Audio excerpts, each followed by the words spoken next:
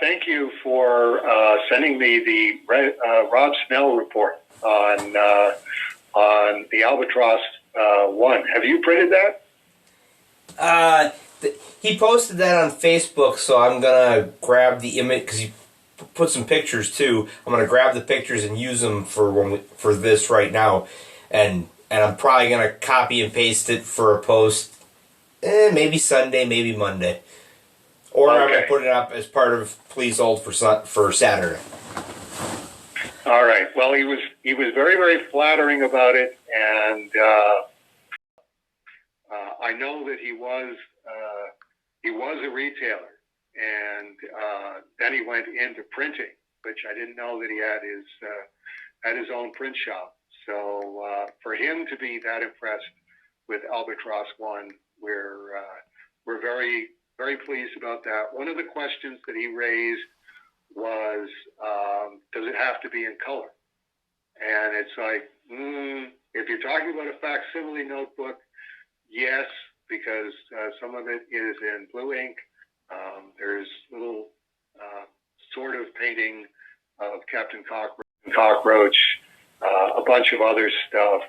Some of it's in black and white, some of it's in color. He was saying that for his purposes, it didn't have to be in color.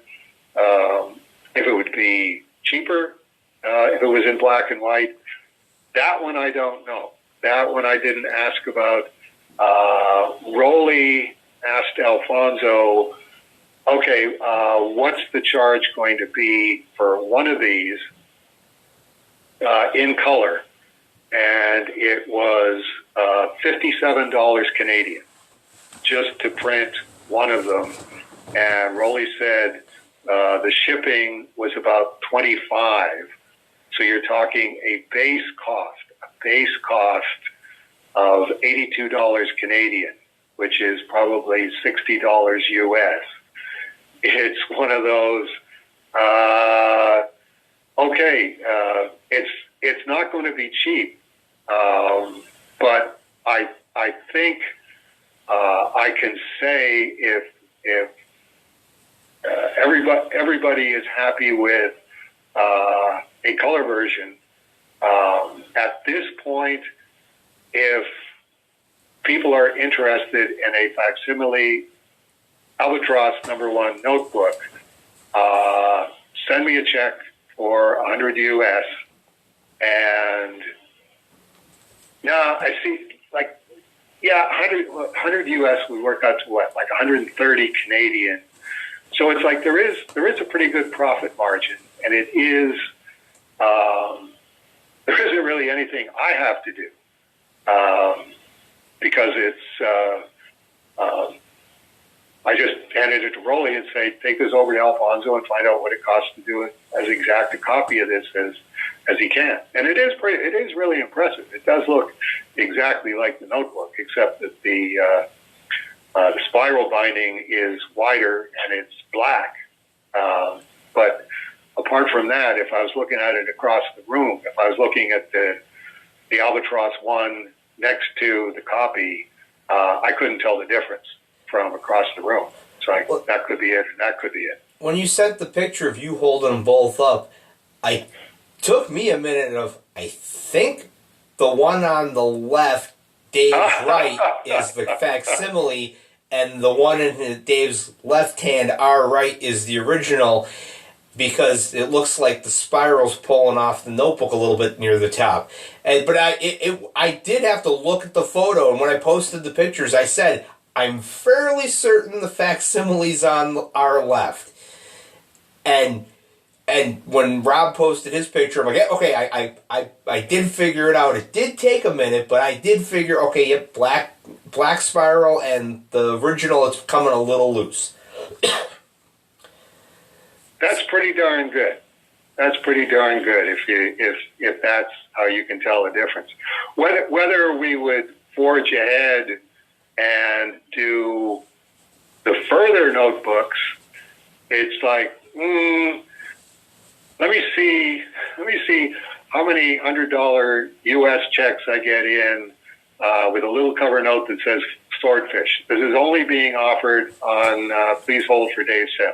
If you want to leak it to somebody else, you can leak it to somebody else, and make the check payable to Aardvark Anaheim or money order. If you're doing a money order, make sure you specify where you're getting the money order, that it's going to Canada, because I have gotten money orders that say only in U.S. and territories, and it's just not something that they ask about. Coming in to ask for a $100 money order, they'll give you a $100 money order. They figure you're just going to give it to somebody or mail it somewhere in the U.S. It has to be a specific money order that says it's good internationally as well. If I get a whole bunch of them, it's like, well, okay, how often are we going to do this with the next notebook? I think the next notebook is another 200 pages, but then there's other thinner ones up ahead, and I'll have to deal with that. That's Teddy Kennedy will drive off that bridge when we come to it situation. But I'm certainly not averse to doing it. It's one of those things. Probably can't solicit for them through Diamond. If we solicit for them through Diamond, then it's 60% off whatever the cover price is. So if I offered it in previews and it was going to be in your local comic book store, it'd probably be at least 200 US, maybe 250 US. And it's like, if we don't sell any, or if we only sell 8 of them, that's fine. We're printing them individually. It's not like I'm expecting to be producing a marquee press size number on these books. That was the other thing, was Alfonso priced them down to 200. If we got 249 done, like 250 of them, which would be, well, okay, that would take forever to sell them, whatever the cover price would be. The price only dropped to like 52 Canadian from 57 Canadian. So it is, no, it's not the easiest thing in the world for them to print. It takes, tender loving care to do it. So for the hours it's going to take to do 250, you're not getting a much better price than you would just on the one. So probably this is just going to be a Please Hold for Dave Sim Swordfish special, and we'll leave it wide open. We're not going to cap it. Anybody who's listening to Please Hold for Dave Sim from February 2024 in March 2030, and they're going, I wonder if that's still good. Yep, it's still good. If I'm still around. Well, I'm just thinking, all right, I'll email Eddie and go, hey, Eddie, you got another little task on your list of things to do when you take over. Right. We're trying to keep that to a minimum, because that's the unenviable task that Eddie's going to be in, is however suddenly popular temporarily Dave Sim is going to be. I think it will be capital T temporarily, if the feminists have anything to say about it, and they have something to say about everything. It's Eddie's going to have to deal with that. It's going to be, oh, wait a minute, now I definitely want one of the notebooks, and I want it right this minute. A week after Dave Sim died, and 75 people suddenly saying, yeah, I want that. So it'll be Rolly having to take care of as much as he can on site, and Eddie calling the shots in between his full-time job, which is a more than full-time job. So that's why they call them the Grateful Dead. Well, the other thing, I made a note to talk to Margaret of, because she's got all the scans of, hey, just a ballpark list of how big is each notebook, and how much actual content should be in each notebook. Because unless you're reproducing all the blank pages. Right. You know, that way. That way you would have an idea of, okay, you know, number one sold like, I don't want to say hotcakes, but it sold well enough to think about doing number two. It's, okay, number two only has 136 pages or whatever, you know. Because I know she said one of the notebooks is really small and doesn't have that many pages. So, I mean, that one might be super cheap to reproduce, but then again, that might be the one that everybody goes, we'll wait till the next one. Right. Or that'll do it for me. I got the first two, or I've got all the high society ones, and I was only really interested in high society. And the last one came in, and it hasn't got as much artwork in it. It's got more writing. I'm not interested in the writing. Or I'm interested in the writing, and it's got more artwork in it. I think I got enough of these. Yeah, that's all baked in. But it's definitely okay. Real quick on the after Dave Sim dies thing. With comic art metaphysics being what it is, I've been meaning to talk to Eddie about this. So I might as well talk to Eddie about this on Please Hold for Dave Sim.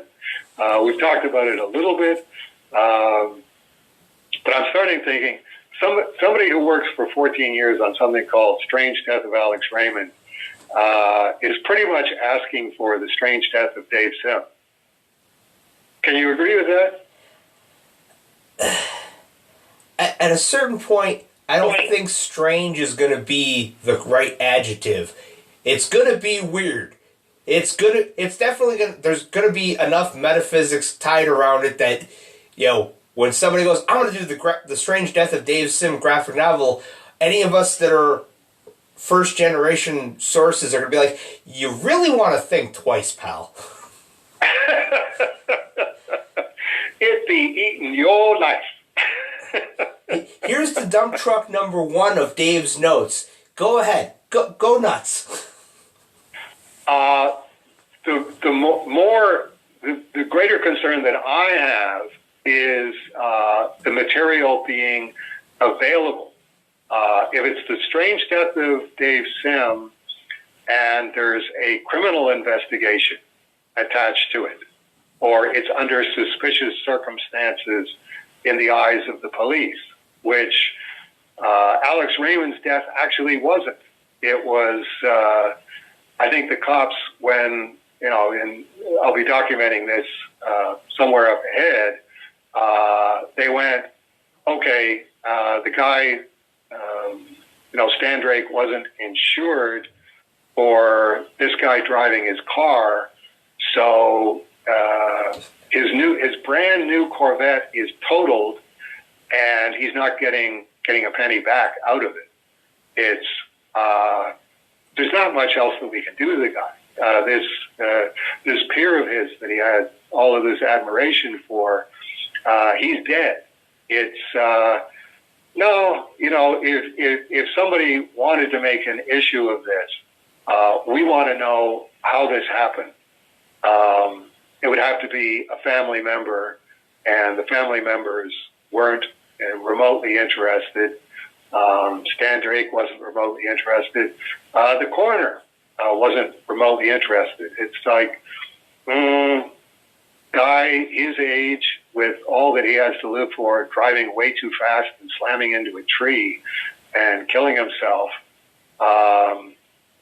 with all that he had to live for.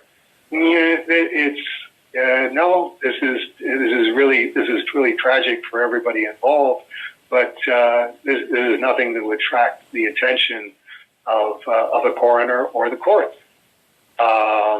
So if that's the case, then most of the material should be available. What I'm specifying on Please Hold for Dave Sim, so that you can check. No, this is not a deep fake. This is Dave Sim's actual voice saying this. I waive any proprietary interest in all of the evidence. If it's a police investigation and there's a criminal element involved in it, then no. Until that's resolved, then the police have all the cards.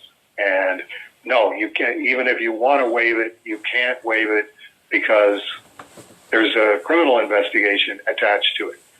anything short of a criminal investigation, if it's just, wait a minute, how did he die? Can we see the autopsy photos? Yes. Anybody who wants to see my autopsy photos 24 hours after I'm dead is more than welcome to see the autopsy photos as far as I'm concerned. My family has no interest in it. I have a sister living further up in Ontario. This wouldn't be of any interest whatsoever to her, but this would be as soon as people find out, oh, Dave Sim is dead. Oh, how did Dave Sim die? Well, it says here, blah, blah, blah, blah, blah, blah, blah, blah, blah. And it's like, come again? Well, as I said, it says here, blah, blah, blah, blah, blah, blah, blah. And I do read, in the Waterloo Region Record, which is the local newspaper, stories about people who die. And it's like, the Waterloo Region Police shut up like a clam. It's like, unless you have some reason that you have to know what happened there, no, you can't know it. And it's like, well, I think you're leaving a lot of questions about this front page news story that, yes, it is of concern to the citizenry in Kitchener, because I've read this article 4 times now, and I still don't understand what it is that happened. I'm concerned with the truth. I'm concerned that people be able to get the truth if they're interested in the truth. And the way that you would get the truth in this situation is if as many American and British and Australian Cerebus fans can email the Waterloo Region Record and go, no, I can tell you for a fact Dave Sim wanted all of the information about his death, autopsy photos, coroner's report, all of that stuff. He wanted it 100% public, and he wanted it 100% public immediately. It still may not work, but it will make them go, these people are from a real place, like the United States, and they're interested in this. And they're really interested in this. This is a week later, and this is the 15th email we've gotten from this guy in Easton, Pennsylvania. Okay, Eddie, remember. There you go. All right. We're coming up on the last one now. Where Manley, you wrote, Dave, I forgot Birdsong's question. Did Dave ever meet Jeff Jones? Yes, I did. I met Jeff Jones at the second Cosmicon in Toronto when I would have been 16 years old and was doing, with John Belger and all, with Eric Crummer, had already done Now and Then Times number 1. Now we were working on Now and Then Times Volume 1, number 2. And we had T. Casey Brennan had come up from Michigan, and we had interviewed him at Now and Then Books. And so I did a part article, part interview format on T. Casey Brennan. I read it today. It was like, wow, that's actually really good. That's a very, very interesting interview for a 16-year-old to accomplish. The interview begins, and this was kind of innovative as well. In December of 1972, T. Casey Brennan made a weekend sojourn to Kitchener, Ontario. The following questions and answers are taken from a lengthy interview session which took place at Now and Then Books during Mr. Brennan's visit. And the first question is, do you think that the early comic books before the code, like the early war and horror books, had any effect on the kids who read them? And Casey answers, yes, I think it was a good effect because it showed the violence while showing the effects of that same violence. What you get, especially today in cartoons and funny comic books and strips, is a situation where you'll have a character, say, pushed off a cliff, and he's none the worse for wear. It's just an annoyance, and no real injury is involved. In fact, one psychologist pointed out that it's rather frightening when you think that kids can be watching a television show, watch a character be pushed off a cliff, and not even flinch because they know that there's nothing going to happen.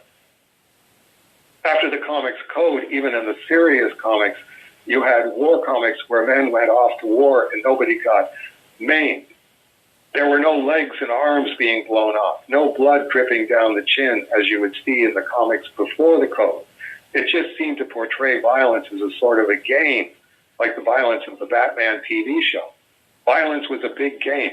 Compare the Batman TV show with the Batman punches, where no one really gets hurt, to, say, a fight scene or a beating scene out of an EC, where you've got teeth being knocked out, blood, and all the effects of the violence shown. Compare a Roadrunner cartoon where the coyote gets pushed off a cliff and is just rather annoyed with it, with an EC comic where a guy gets pushed off a cliff and then he'd be at the bottom of with a bone puncturing his skin and just totally broken and a mass of blood and guts. That's all. You should show the results of that violence. That's the way it should be done. If you're going to show violence at all, you should show the results of that violence. I think it's very harmful if you don't show the results of that violence. I did a story like that in Warren in Creepy number 37, the issue after On the Wings of a Bird. It was a story called The Cutthroat Cat Blues, about the kind of attitudes that violent, funny cartoons were putting across.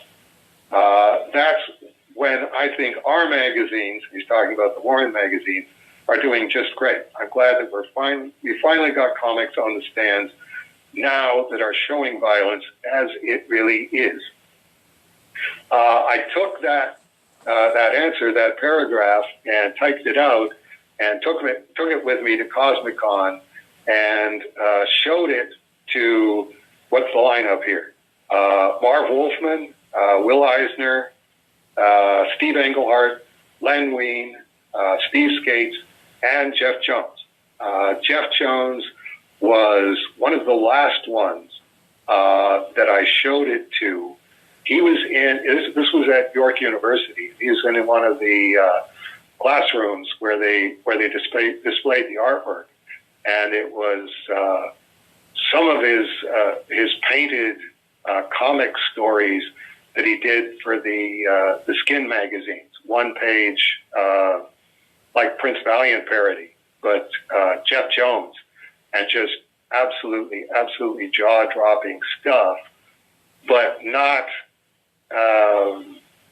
your main convention goer item of interest. So he was really just sitting in this classroom by himself, waiting to see if anybody wanted to talk to him about his artwork. And it's like I came in and sat down across from him. And I explained what I was doing, that I'd interviewed T. Casey Brennan, and this was a quote from an interview that he had done. And I was showing this to the other professionals at the convention and asking them whether they agree or disagree with what Casey was saying. So I handed it over to him, and he took it, and he's sitting there, and he reads the paragraph. And then he just started rolling the piece of paper in his hands. It was a very, very vivid memory of mine that it was like part of his cogitative process of what is it that I'm going to say about this? And I know what it is that I'm going to say. How am I going to say it?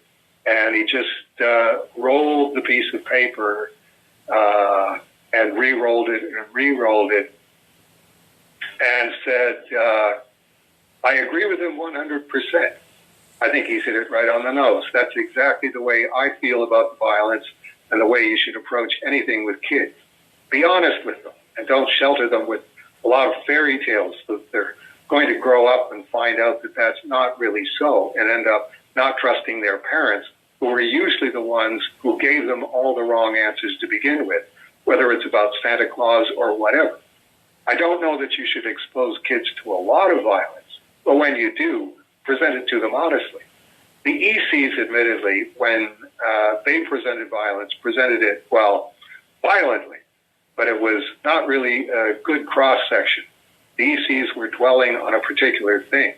If there were kids who read ECs and only ECs and never got exposed to anything else, then that might not be particularly healthy.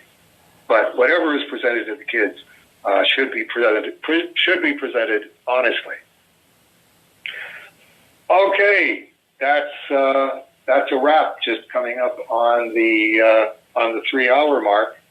I'm going to put this on the fax machine. The one page of comments from people about cases. If you're going to show violence, you should show the results of that violence.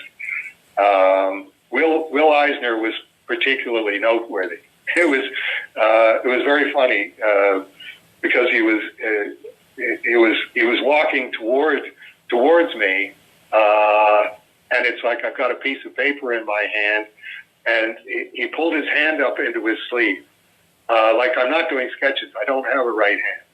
And it's like, no, I'm not asking for a sketch. I'm handing this to you because it's a quote from T. Casey Brennan, comics writer, about violence, and I wanted to know if I could get your opinion about what he's saying.